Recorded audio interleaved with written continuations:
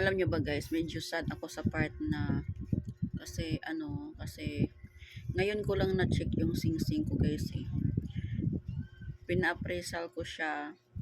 Actually, di ko siya sinasangla ha. Pina-appraisal ko lang kasi alam ko 21k itong sing-sing ko guys. May nakalagay lang 21k kasi alam ko legit itong sing-sing na to. Gold talaga to.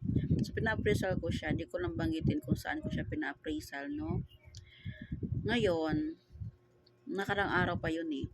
Pero ngayon, suot-suot ko kasi siya. So, hinubad ko na kasi lalagay ko na nga sa lagayan kasi di nga ako nahilig magsuot ng mga guys, mga tunay. Ang kadalasan suot ko everyday lang talaga ng mga lang, mga fashion lang or mababang kalidad lang.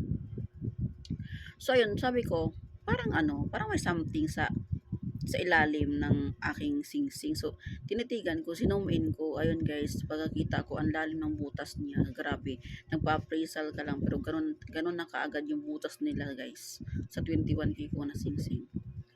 Sobrang sad ko, sobrang, ko kasi siyempre mahal yun eh, mahal 21k guys, mahal yun. Mahal ang gold ngayon. Wala sabi ko, ayoko na dun sa pawn shop na yun.